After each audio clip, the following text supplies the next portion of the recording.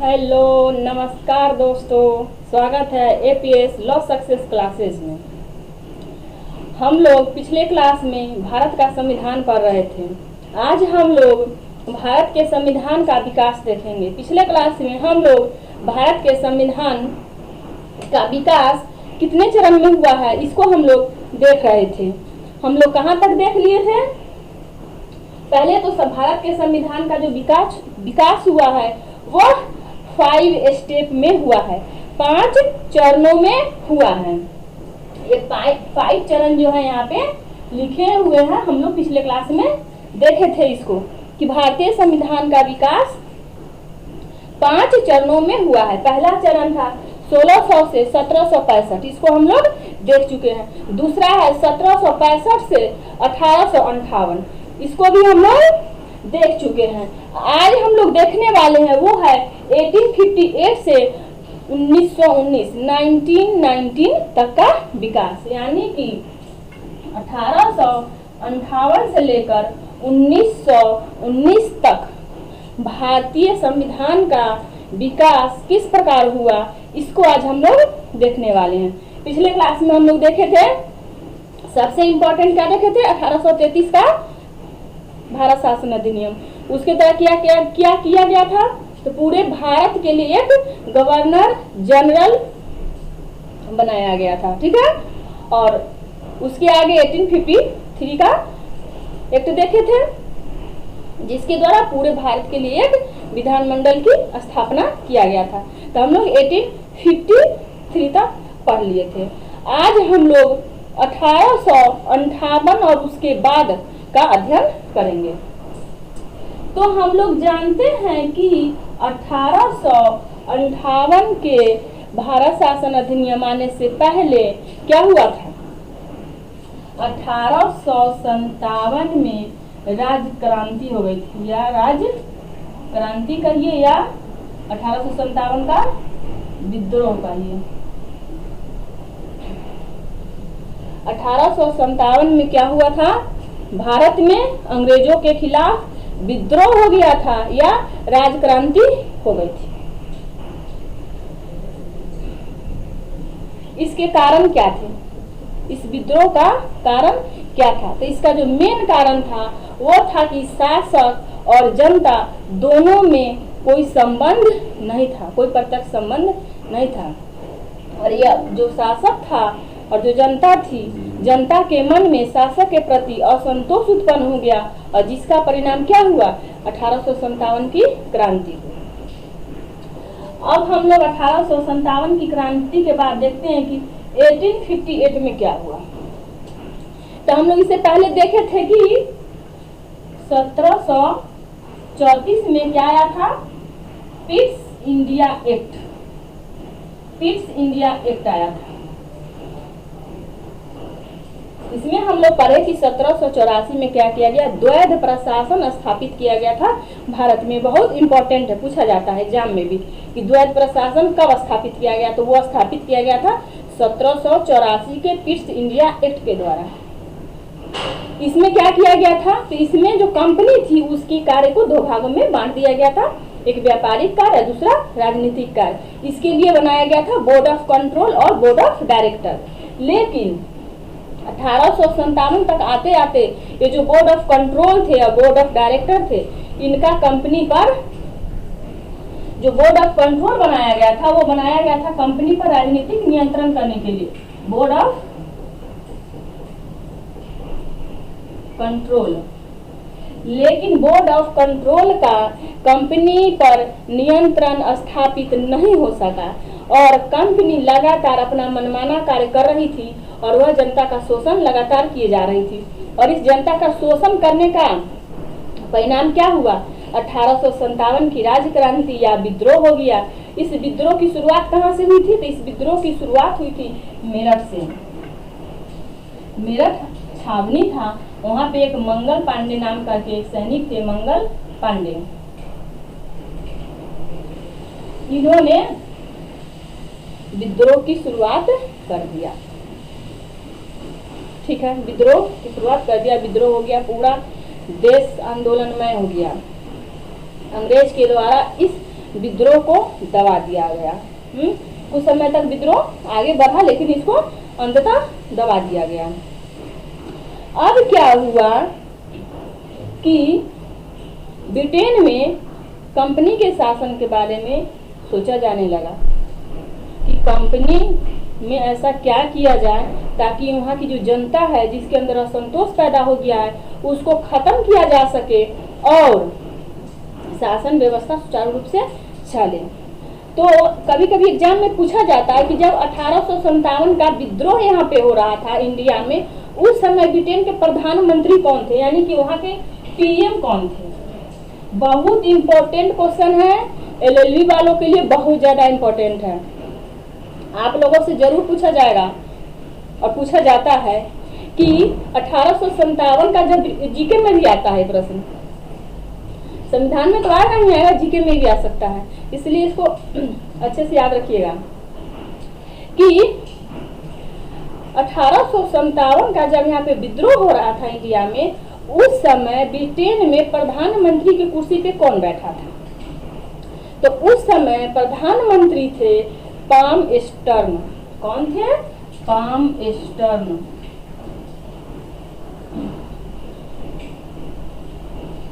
Palm-astern थे, क्योंकि 1857 में इनका कार्यकाल पूरा हो जाता है और 1858 में वहाँ दूसरा चुनाव होता है और दूसरे प्रधानमंत्री बन के आते हैं। इसलिए बहुत इंपॉर्टेंट क्वेश्चन हो जाता है। अब पूछा जाता है, कंफ्यूजियस है, क्योंकि 1857 में दूसरा पीएम होता है और 1858 में दूसरा। तो 1857 में जो पीएम थे यानी प्रधानमंत्री थे, उनका नाम था पाम-एस्टर्न।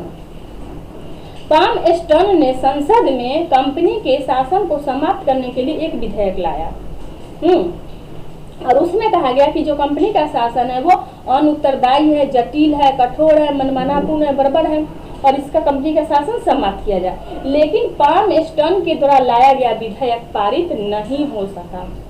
ठीक है, पूछा जाता है एग्जाम में कि 1857 की क्रांति के बाद, एलएलएम वालों से पूछा जाता है, 1857 की क्रांति के बाद ब्रिटेन में कौन से मंत्रिमंडल ने कंपनी को शासन समाप्त करने के लिए, कंपनी का शासन समाप्त करने के लिए अधिनियम लाया जो पारित न हो सका या असफल रहा। तो है पाम-एस्टर्न की मंत्रिमंडल ने विधेयक लाया था जो पारित नहीं हो सका, वह विफल हो गया था। तो उस समय कौन थे? तो पाम-एस्टर्न थे। इन्होंने एक अध्यादेश लाया था और वो अध्यादेश पारित नहीं हो सका। फिर दूसरा मंत्रिमंडल चुनाव हुआ, दूसरा मंत्रिमंडल बन के आया। उस मंत्रिमंडल ने पुनः एक विधेयक लाया 1858 में कंपनी के शासन को समाप्त करने के लिए। पूछा जाता है कि 1858 का जो भारत शासन अधिनियम था वो ब्रिटिश संसद में किस नाम से पारित हुआ। यानी कि हम लोग 1858 का भारत शासन अधिनियम पढ़ते हैं, भारत शासन अधिनियम पढ़ते हैं, यही पढ़ते हैं ना, भारत सरकार अधिनियम या भारत शासन अधिनियम 1858। लेकिन यहाँ की पार्लियामेंट में ये किस नाम से पारित हुआ था, यानी पार्लियामेंट ने इसको कौन सा नाम दिया था। तो इसका नाम दिया गया था एक्ट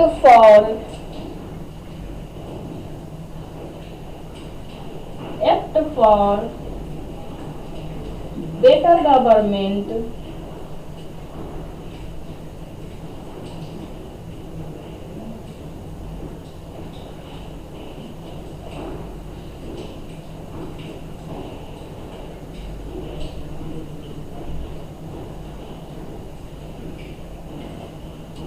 ये था, इसका नाम था act for the better government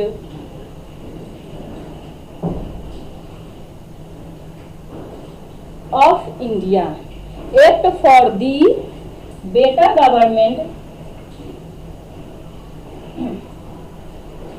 government of India. क्या था ये? जो 1857 की राज्य क्रांति हुई भारत में, उसके बाद भारत में सुधार के लिए, विधिक सुधार के लिए, या यहाँ के जो सरकार थे उसके लिए जो अधिनियम पारित किया गया 1858 भारत सरकार अधिनियम 1858, वह ब्रिटेन की पार्लियामेंट में किस नाम से पारित हुई थी? तो उसका नाम था act for the better government of India. यह पूछा जाता है एग्जाम में, एलएलएम वालों से जरूर पूछा जाता है कि उस एक्ट का पूरा नाम क्या था। तो आपको याद होना चाहिए act for the better government of India. यह एक्ट पारित किया गया। इस एक्ट की विशेषता क्या है? और हम लोग ये जानते हैं कि इस एक्ट के द्वारा किया क्या गया, यानी कि 1858 के भारत सरकार अधिनियम के द्वारा क्या किया गया भारत में। तो 1858 में सबसे पहला काम जो किया गया वो किया गया, क्योंकि 1857 में जो क्रांति हुई थी उसका नेतृत्व कौन कर रहे थे? मुगल कर रहे थे। मुगल सम्राट के द्वारा 1857 का जो रिवॉल्ट हुआ था इसका नेतृत्व मुगल सम्राट कर रहे थे। तो सबसे पहले act for the better government of India के द्वारा क्या किया गया कि मुगल का जो शासन था उसको समाप्त कर दिया गया। पहला, मुगल का शासन समाप्त क्या किया गया? 1857 की राज क्रांति के बाद 1858 का जो एक्ट आया उसमें इसको कहते हैं भारत सरकार अधिनियम। ठीक, 1858 इसके द्वारा क्या किया गया? तो मुगल के शासन को समाप्त किया गया। पहला काम तो ये किया गया। उसके बाद क्या किया गया? जो भारत में कंपनी का शासन था उसको समाप्त किया गया। दूसरा, कंपनी के शासन को समाप्त किया गया। तो क्या किया गया? भारत सरकार अधिनियम 1858 के द्वारा मुगल का शासन खत्म। दूसरा, कंपनी का जो शासन चल रहा था उसका भी समाप्त कर दिया गया। और मुगल का जो राजा होने का जो अधिकार था, जो मुगल अपने आप को सम्राट कहते थे, उनका यह अधिकार समाप्त कर दिया गया। अब कोई मुगल सम्राट नहीं होगा। मतलब अब मुगलों का जो वंशानुगत साम्राज्य था या राजशाही व्यवस्था था उसको समाप्त कर दिया गया। अब कोई राजा नहीं होगा, कोई सम्राट नहीं होगा। दूसरा, जो कंपनी शासन कर रही थी उसको भी खत्म कर दिया गया। और तीसरा काम क्या हुआ कि जो बोर्ड ऑफ कंट्रोल था, बोर्ड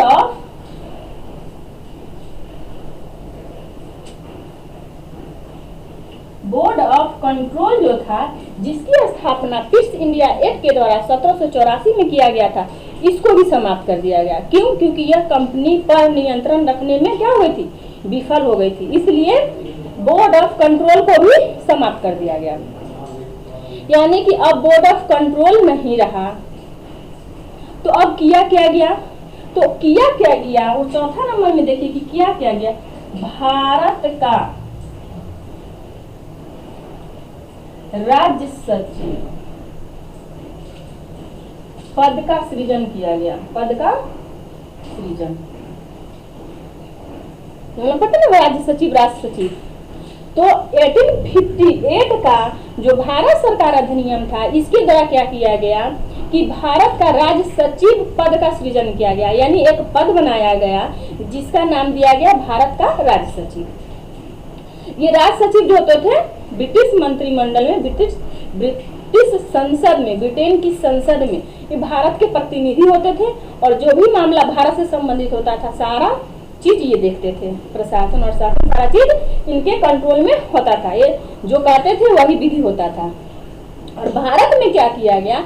एक परिषद बनाया गया। पांचवा कार्य क्या किया गया? भारत में एक परिषद बनाया गया। परिषद में 15 मेंबर होते थे। इसको भारतीय परिषद कहा गया। कहा गया था भारतीय परिषद।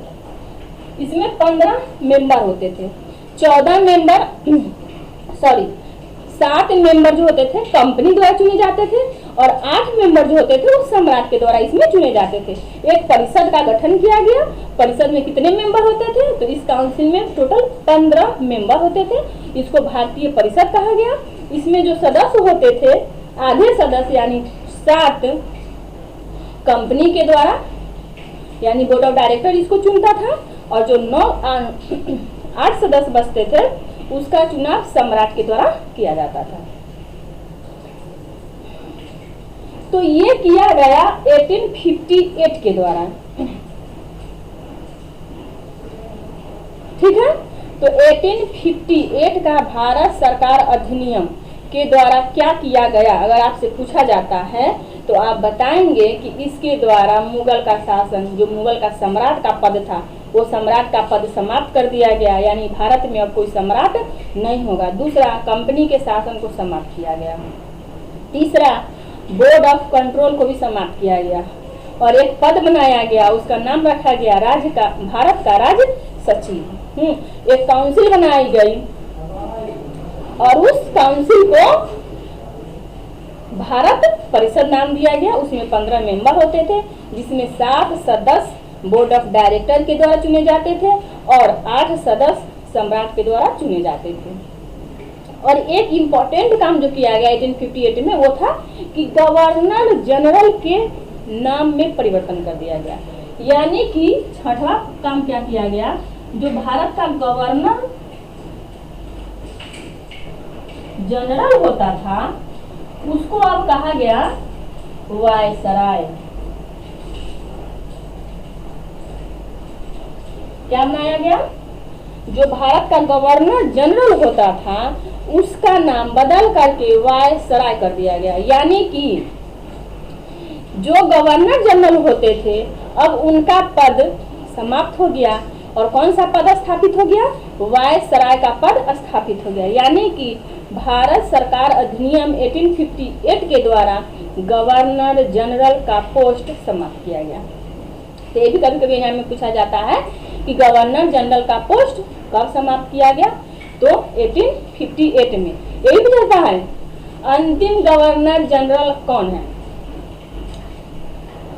आपसे एग्जाम में पूछा जाता है कि भारत के अंतिम गवर्नर जनरल कौन हुए? वो हुए लॉर्ड कैनिंग। ठीक है,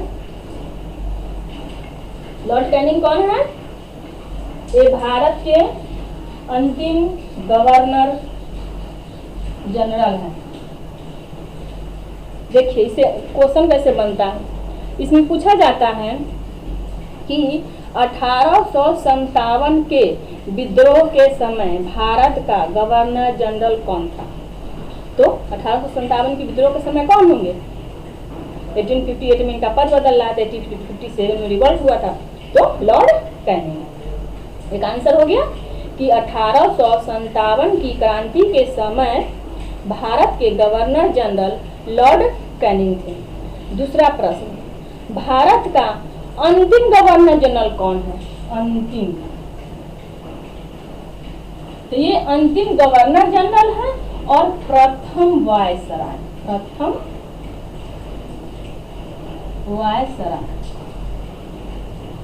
अगर आपसे पूछा जाए कि भारत का प्रथम वायसराय कौन बना, तो क्या आंसर होगा? Lord Canning. क्योंकि व्यक्ति वही था, सिर्फ पद में परिवर्तन हुआ था, इसलिए कंफ्यूज नहीं होना है। आपको याद रखना है कि 1857, 1858 में लॉर्ड कैनिंग थे और उसी समय गवर्नर जनरल का पोस्ट समाप्त करके क्या बनाया गया? वायसराय का पद। तो वायसराय का पद प्राप्त करने वाला प्रथम व्यक्ति लॉर्ड कैनिंग, अंतिम गवर्नर जनरल लॉर्ड कैनिंग। 1857 के विद्रोह के समय कौन था गवर्नर जनरल? तो भी लॉर्ड कैनिंग। याद हो गया? इतना नोट कर लीजिएगा, बहुत इंपॉर्टेंट है, जरूर पूछे जाएंगे एग्जाम में कंफर्म से।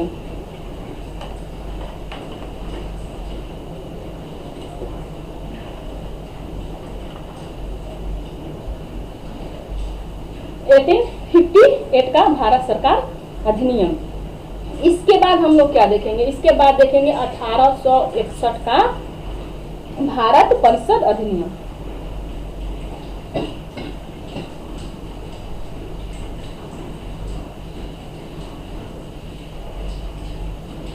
अभी हम लोग 1858 का भारत सरकार अधिनियम देखें। अब दूसरा लेवल पे क्या देखने वाले हैं, 1861 का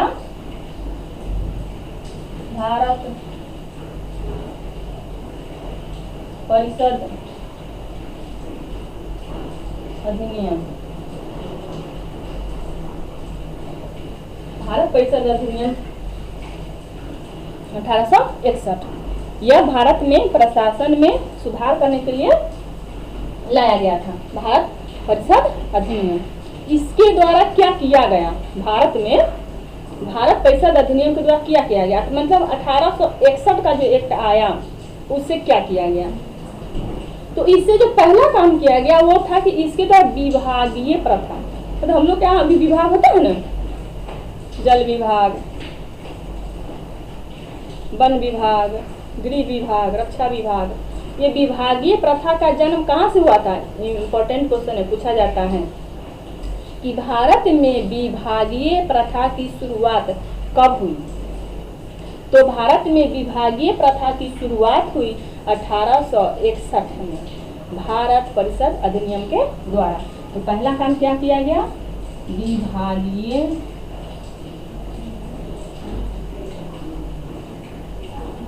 प्रथा की शुरुआत। ठीक है, विभागीय प्रथा मतलब कि जो सरकार है उसको विभाग विभाग में बांट दीजिए, जैसे जल विभाग हो गया, वन विभाग हो गया, रक्षा विभाग हो गया, सब विभाग हैं। विभाग है। तो विभागीय प्रथा की शुरुआत 1861 में होता है। दूसरा क्या हुआ, तो विधि बनाने में भारतीय लोगों का सहयोग भी इसी समय शुरू किया गया। यानी कि जो विधि बनाई जाती थी, विधि बनाने में भारतीय लोग का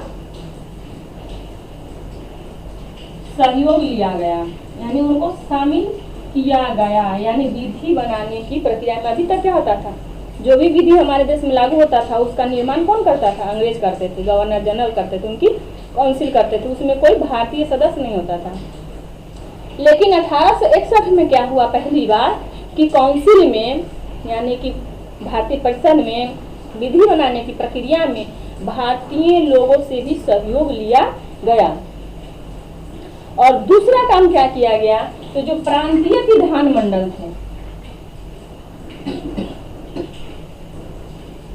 जो प्रांतीय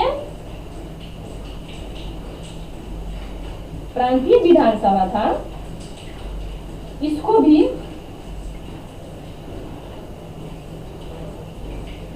विधि बनाने की शक्ति दी गई। क्या दिया गया इनको, लॉ मेकिंग पावर दिया गया। किसको, प्रांतीय विधानमंडल को भी विधि बनाने का अधिकार या शक्ति दिया गया। और दूसरा इसमें क्या किया गया, जो गवर्नर जनरल होता था उसको विधानसभा में भारतीय सदस्य को नाम निर्दिष्ट करने का भी अधिकार दिया गया। जो गवर्नर जनरल था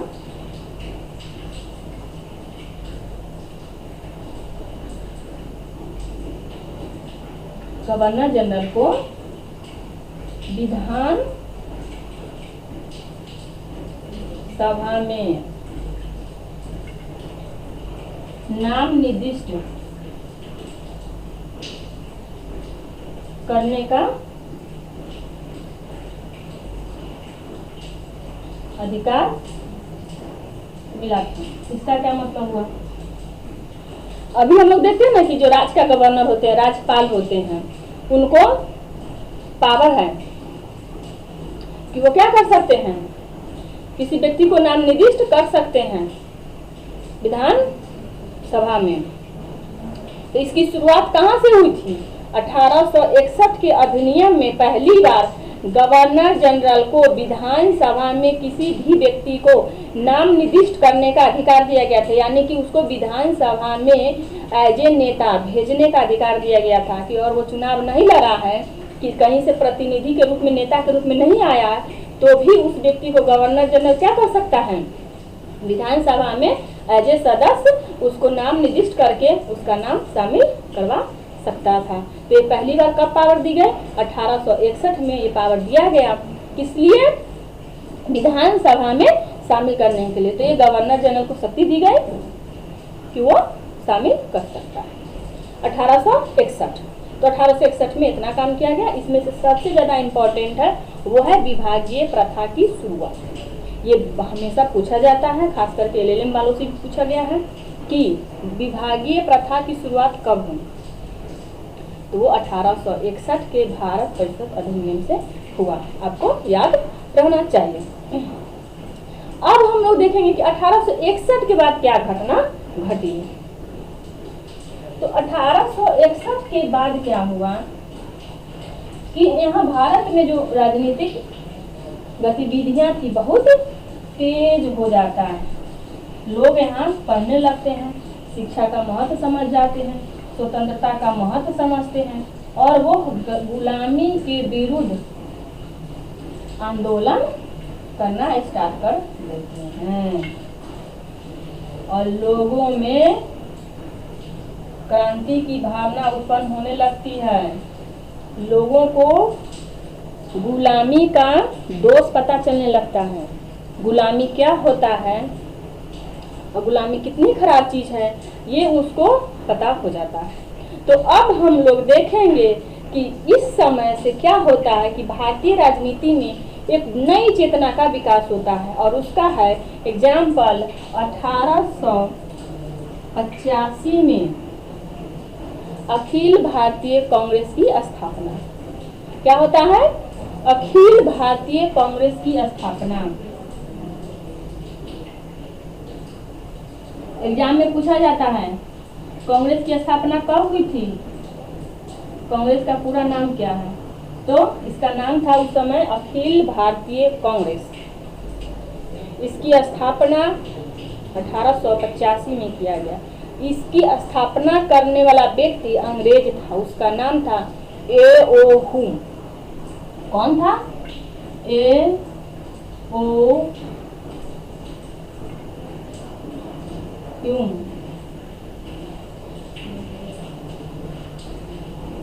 A.O. ह्यूम। A.O. ह्यूम ने क्या किया कि इसकी स्थापना किया। A.O. ह्यूम तो जुकाम लग गया है।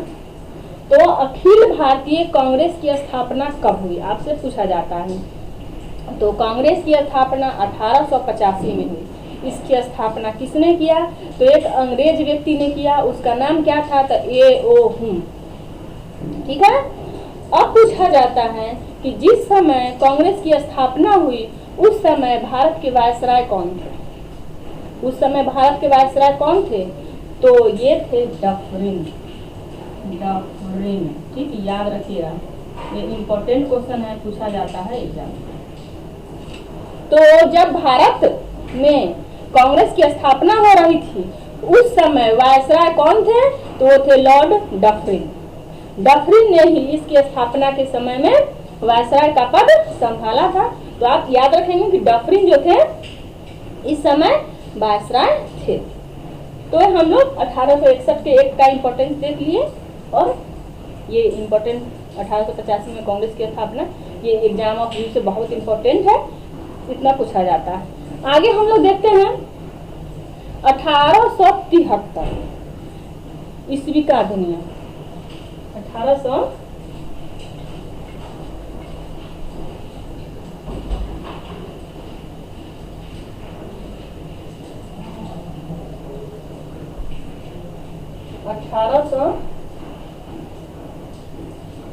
1873 का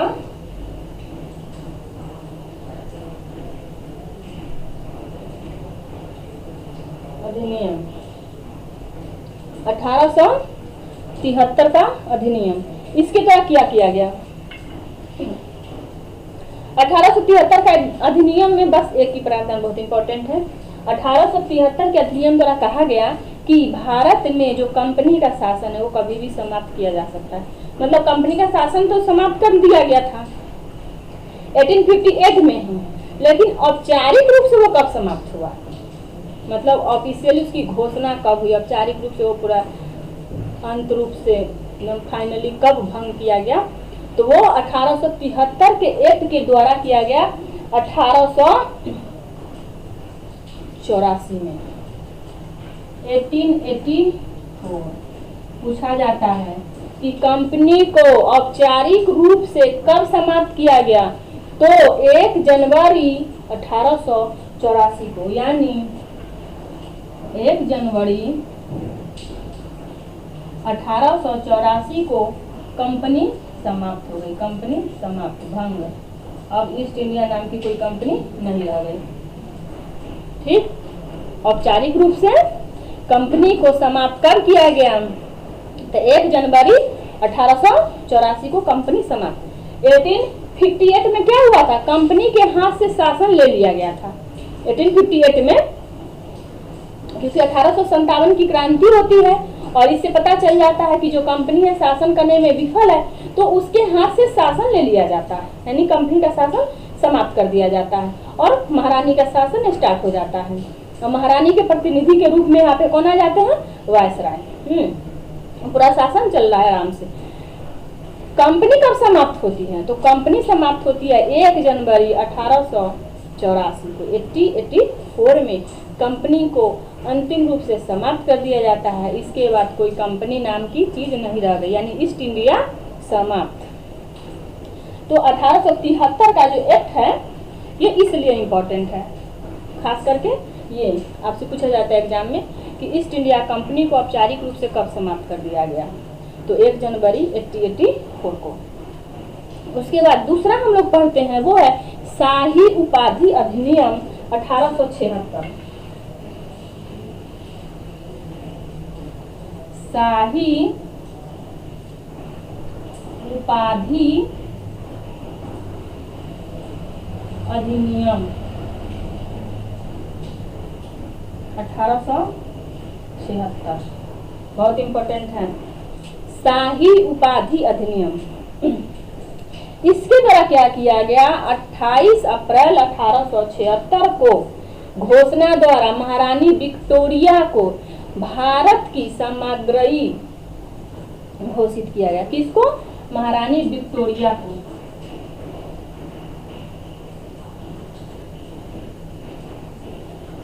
कौन थी है, महारानी थी, कहाँ की, ब्रिटेन की। कब किया गया ये काम, 28 अप्रैल 1876 को। ठीक है, महारानी विक्टोरिया को 28 अप्रैल 1876 को भारत की सामग्री औपचारिक रूप से घोषित कर दिया गया। यानी कि अब हमारे जो सम्राट थे या जो हमारे राजा थे या जो हमारे शासक हुए वो कौन हो गई, अब विक्टोरिया। महारानी विक्टोरिया को भारत का भी सामग्री घोषित कर दिया गया 1876 के शाही उपाधि एक्ट के द्वारा। तो आप इसको याद रखेंगे कि शाही उपाधि एक्ट कब आया था, तो 1876 में। क्यों आया था, तो महारानी विक्टोरिया को उपाधि देने के लिए और उनको भारत का सामग्री घोषित किया गया। उसके बाद जो अगला इंपॉर्टेंट अधिनियम है वो है 1892 का भारत परिषद अधिनियम। 1892 का 1892 1892 का भारत परिषद अधिनियम, ये भी इम्पोर्टेंट है, जानना जरूरी है थोड़ा सा। 1892 भारत परिषद अधिनियम, इसके द्वारा क्या किया गया था, इसके द्वारा बहुत इंपॉर्टेंट काम किया गया था। याद रखिएगा कि भारत में अप्रत्यक्ष चुनाव की प्रणाली कब शुरू की गई, तो यही शुरू की गई थी 1892 में। पहली बार अप्रत्यक्ष चुनाव प्रणाली की शुरुआत हुई थी। क्या हुई थी? अप्रत्यक्ष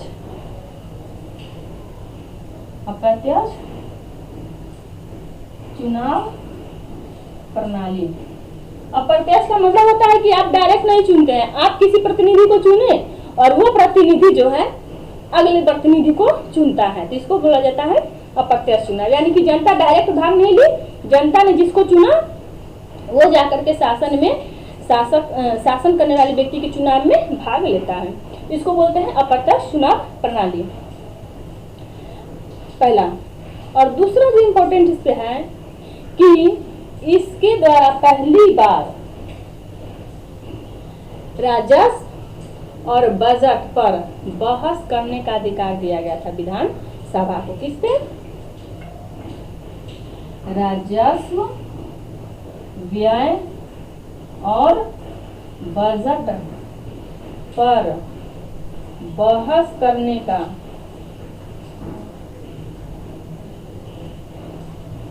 सीमित अधिकार दिया गया था। ठीक है,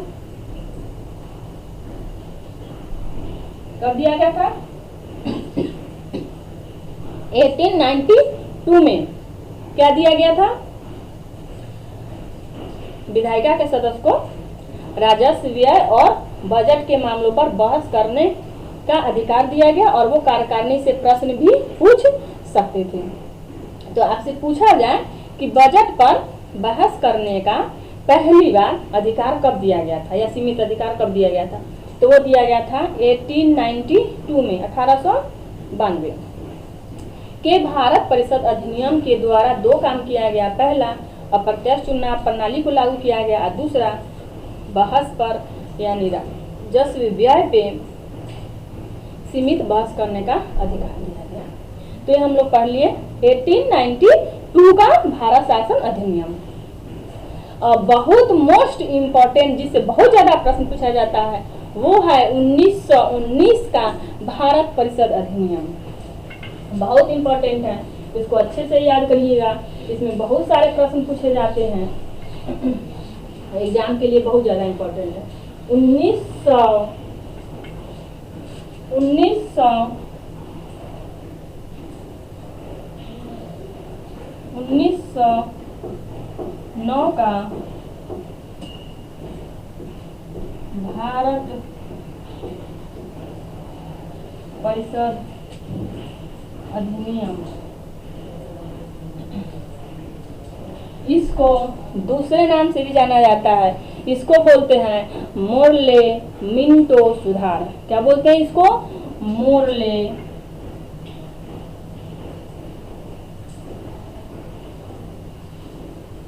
मिंटो सुधार।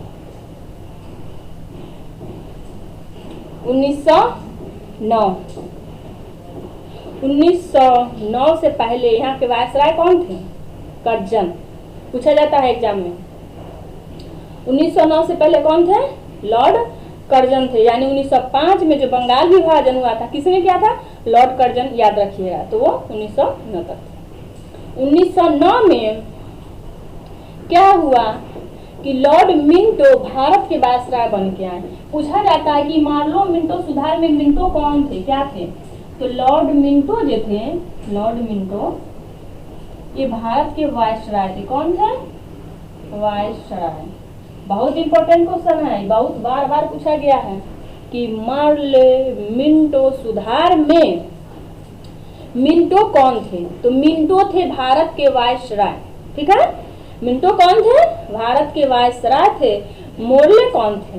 तो ये थे राज्य सचिव, भारत के राज्य सचिव। मोर्ले कौन थे? मोर्ले थे भारत के राज्य सचिव। ठीक है, और लॉर्ड मिंटो कौन थे? तो ये थे भारत के वायसराय। ठीक है, तो आपसे यही प्रश्न पहले पूछा जाता है कि मोर्ले मिंटो सुधार कब आया था?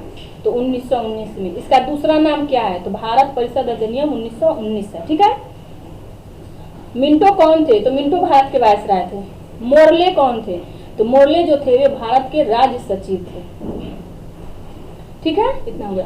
तो जो मोर्ले थे ये उदारवादी नेता थे और भारत में विकास करना चाहते थे, इसलिए जो इन्होंने लाया अधिनियम लाया उसको कहा गया मोर्ले मिंटो सुधार, और मिंटो उससे सहमत थे, तो इसीलिए इसको कहा जाता है मोर्ले मिंटो सुधार 1909। इसके द्वारा क्या क्या किया गया, इसके द्वारा क्या क्या किया गया, मतलब क्या प्रावधान था इस अधिनियम में, तो इसको हम लोग थोड़ा सा देखते हैं कि इस अधिनियम में प्रावधान क्या क्या किया गया था। तो पहला प्रावधान तो यही किया गया था कि प्रशासन में और विधि निर्माण में दोनों में भारतीय सदस्यों को शामिल किया गया। क्या किया गया, प्रशासन में और विधि निर्माण में दोनों में भारतीयों को प्रतिनिधित्व दिया गया। प्रशासन एवं विधि निर्माण दोनों में क्या किया गया कि भारतीयों को प्रतिनिधित्व दिया गया। देखिए एक इम्पोर्टेंट सूचना, प्लीज हम्बल रिक्वेस्ट है कि आप लोग इसको ज़्यादा से ज़्यादा शेयर करें, सब्सक्राइब करें और लाइक करें, क्योंकि ये ज़्यादा से ज़्यादा लोगों तक पहुँचेगा तो मेरा उत्साह और ज़्यादा बढ़ेगा और मैं और अच्छे से लाइव क्लास ले सकूँगी, आप लोगों से डायरेक्ट इंटरेक्शन कर सकूँगी, सारे समस्याओं का समाधान तुरंत आपको मिल सकता है। लाइव क्लास हम ले सकते हैं, डायरेक्ट आपकी जो प्रॉब्लम होगा उसको हम सॉर्ट आउट कर सकते हैं। इसलिए प्लीज़, हम यूट्यूब पे भी नए हैं, इसलिए अब बहुत हमारे लिए आवश्यक है कि आप इसको जितना हो सके इसको शेयर करें, इसको बढ़ाएं, लोगों तक पहुंचाएं, ताकि अधिक से अधिक लोग इससे जुड़ सकें। देखिए 1919 का भारत परिषद अधिनियम, इसके द्वारा क्या किया गया, तो प्रशासन में और विधि निर्माण में भारतीयों को प्रतिनिधित्व प्रदान किया गया। और 1919 का जो मोर्ले मिंटो सुधार जिसके लिए विवादित हो गया, जिसके लिए ये यादगार बन गया, वो कौन सा था, तो था सांप्रदायिक निर्वाचन पद्धति का लागू किया जाना, यानी सांप्रदायिक चुनाव मतदान की व्यवस्था को लागू करना, यानी पहली बार मुसलमानों के लिए पृथक सांप्रदायिक निर्वाचन व्यवस्था किया गया था। यानी कि इसके द्वारा क्या किया गया, मुस्लिम को पहली बार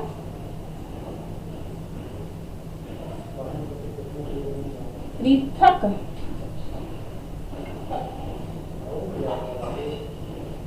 निर्वाचन अधिकार दिया गया। यानी सांप्रदायिक निर्वाचन पद्धति का जन्म कहाँ से होता है, 1919 के एक्ट से होता है। यानी कि 1919 के जो अधिनियम था उसमें पहली बार सांप्रदायिक निर्वाचन पद्धति को भारत में लागू कर दिया गया। और अगर पूछा जाए कि सांप्रदायिक निर्वाचन पद्धति के जनक कौन है, तो वो है मिंटो। ठीक है, पूछा जाता है कि सांप्रदायिक निर्वाचन पद्धति को भारत में लागू किया गया कब, तो बताइएगा 1909 में। 1909 में पहली बार मार्लो मिंटो सुधार के द्वारा भारत में सांप्रदायिक निर्वाचन पद्धति को लागू किया गया। सांप्रदायिक निर्वाचन पद्धति है क्या, तो सांप्रदायिक निर्वाचन पद्धति में जो भी मुस्लिम नेता होते थे उसका चुनाव मुस्लिम के द्वारा किया जाएगा। यानी मुस्लिमों का नेता अलग, हिंदू का नेता अलग। मुस्लिम अपने मुस्लिम नेता का चुनाव करेंगे, हिंदू अपने हिंदू नेता का चुनाव करेंगे। मतलब कोई हिंदू मुस्लिम नेता को वोट नहीं देगा, कोई मुस्लिम हिंदू नेता को वोट नहीं देगा। उनके लिए एकदम अलग निर्वाचन का व्यवस्था, हिंदू के लिए अलग। तो सांप्रदायिक निर्वाचन पद्धति के जनक कौन है, तो सांप्रदायिक निर्वाचन पद्धति के जनक हैं, उनका नाम है लॉर्ड मिंटो। कौन है, मिंटो। आपसे पूछा जाए कि वो कौन सा वायसराय है जिसने भारत में सांप्रदायिकता को बढ़ावा देने के लिए सांप्रदायिक निर्वाचन पद्धति को लागू किया, तो वो थे लॉर्ड मिंटो, जिन्होंने भारत में सांप्रदायिक निर्वाचन पद्धति को 1909 में लागू कर दिया। इस समय क्या हुआ 1909 के अधिनियम में, इसमें काउंसिल में एक भारतीय सदस्य को शामिल किया गया, क्योंकि हम लोग देख रहे हैं कि क्या गया, प्रशासन में एवं विधि निर्माण में भारतीयों को प्रतिनिधित्व दिया गया। तो प्रतिनिधित्व दिया गया तो पहला वह कौन व्यक्ति था भारतीय जो काउंसिल में, परिषद में शामिल हुआ, बहुत इंपॉर्टेंट है, वो है सत्येंद्र प्रसाद सिन्हा। इनका पहली बार चुनाव हुआ था भारतीय व्यक्ति के रूप में। कौन थे? इनका नाम है सत्येंद्र प्रसाद सिन्हा।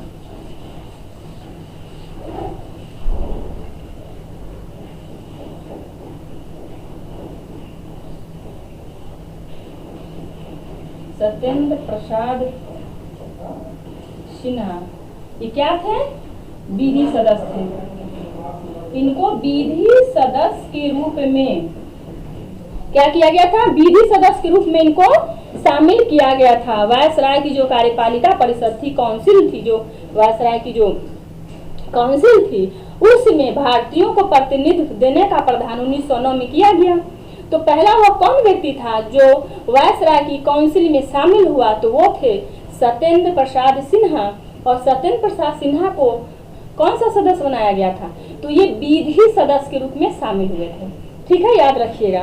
पूछा जाता है कि वायसराय की काउंसिल में या परिषद में वह कौन भारतीय था जो प्रथम बार शामिल हुआ भारतीय प्रतिनिधि के रूप में? तो वो थे सत्येंद्र प्रसाद सिन्हा। इनको कौन सा पोस्ट मिला था? तो इनको विधि सदस्य के रूप में शामिल किया गया था। ठीक है। और 1919 के एक्ट में ही क्या हुआ था? केंद्रीय और प्रांतों में, केंद्रीय और प्रांतों में जो विधानसभा थी उनको बहस करने का पूरा अधिकार दे दिया गया। यानी कि किसी भी चीज पर, किसी भी अधिनियम पे, चाहे वो बजट हो, चाहे राजस्व का मामला हो या कोई अन्य मामला हो, उस पे उनको बहस करने, मत देने का अधिकार मिला। तो अगर पूछा जाए कि मत देने का अधिकार कब मिला था, तो वो मिला था 1909 में। केंद्रीय और प्रांतों के जो विधान सभा थे उनको। इससे पहले जो मिला था वो सिर्फ सीमित था, यानी कुछ मामलों में या बहस कर सकते हैं, मतदान नहीं कर सकते। लेकिन 1919 के अधिनियम के द्वारा उनको पूर्ण अधिकार दे दिया गया। वह पूरे तरीके से उस पर बहस कर सकते थे, चाहे वो बजट का मामला हो, चाहे राजस्व का मामला हो, प्रश्न पूछ सकते थे, मत देने का भी अधिकार मिला। तो हम लोग क्या कर रहे थे? भारतीय संविधान के विकास का थर्ड स्टेज, यानी 1858 से लेकर 1919 तक। इसमें हम लोग सारे इम्पोर्टेंट चीज़ों को देख लिए। इसमें से सबसे ज़्यादा इम्पोर्टेंट जो रहा वो है 1858 का भारत सरकार अधिनियम, और दूसरा है 1909। 1858 का भारत सरकार अधिनियम और दूसरा है 1909 का भारत परिषद अधिनियम। ये दोनों को अच्छे से फोकस करके तैयार कर लीजिएगा। कौन अंतिम गवर्नर जनरल बने, कौन प्रथम वायसराय बने, इसका कंफ्यूजन दूर करके अच्छे से याद कर लीजिएगा। और इम्पोर्टेंट सूचना ये है कि आप लोग जितना ज़्यादा हो सके इसको शेयर करिए, लाइक भी कर दीजिएगा और इसको सब्सक्राइब भी करिए, ताकि हम आप लोगों को और अच्छे और ज़्यादा उत्साह के साथ पढ़ा सके और ये ज़्यादा लोगों तक पहुंच सके और सारे स्टूडेंट का भलाई हो सके। Thank you.